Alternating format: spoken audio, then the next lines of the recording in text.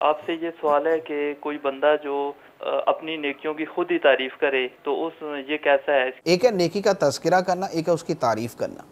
تذکرہ کرنے کا مطلب ہوتا ہے نیکی کا اظہار کرنا۔ ایک آدمی مثال کے طور پہ نفلی روزے رکھتا ہے، اب وہ اگر لوگوں کے سامنے بول دیتا ہے کہ میں نے فلاں دن روزہ رکھا تھا یا میں روزے رکھتا ہوں، یا وہ نوافل پڑھتا ہے یا اذکار کرتا ہے، یا اس کے خاص معمولات ہیں سونے سے پہلے کے اٹھنے کے بعد کے، ان کا وہ تذکرہ کرتا ہے۔ اس کی تو بہت ساری صورتیں ہیں اچھی اور جواز کی۔ ٹھیک ہے۔ منع کی صورت صرف جو ہے وہ یہ ہے کہ یا تو آدمی ریاکاری کے طور پہ بیان کرے، ٹھیک ہے، تو منع ہے۔ ایک آدمی تہجد پڑھتا ہے اور ریاکاری کے طور پہ لوگوں کو بتاتا ہے، یعنی لوگ اسے تہجد گزار سمجھے، نیک سمجھے، تو یہ صورت ناجائز۔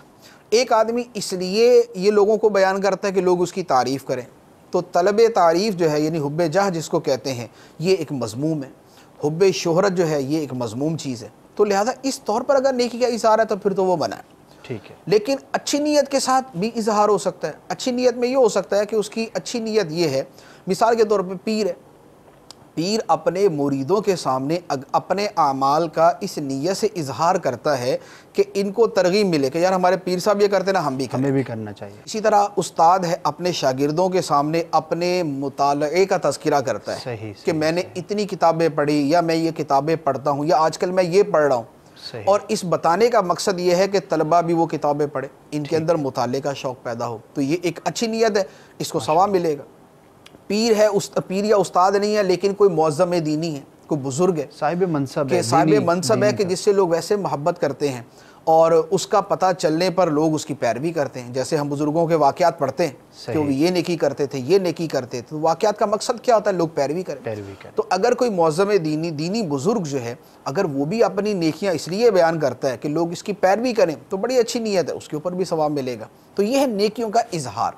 منع ہے جب ریاکاری ہو، منع ہے جب حب جاہ ہو، منع ہے جب طلب شہرت، اور جب لوگوں کی ترغیب کا بیان مقصود ہو، یا کوئی بعد کا تہمت کی صورت ہوتی ہے تو ازالہ تہمت کے لیے بھی آدمی اپنی نیکی بیان کرتا ہے کہ لوگ سمجھے کہ یار یہ بے عمل نہیں ہے، یہ عمل کرتا ہے، تو پھر جائز۔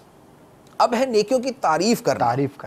تعریف کرنے کا جو میٹر ہے یہ تو بہرحال اس کے تو مجھے کوئی صورت نہیں سمجھ آ رہی کہ اس کی بھی اجازت کی صورت ہو کہ آدمی اپنی نیکیوں کی تعریف کرے۔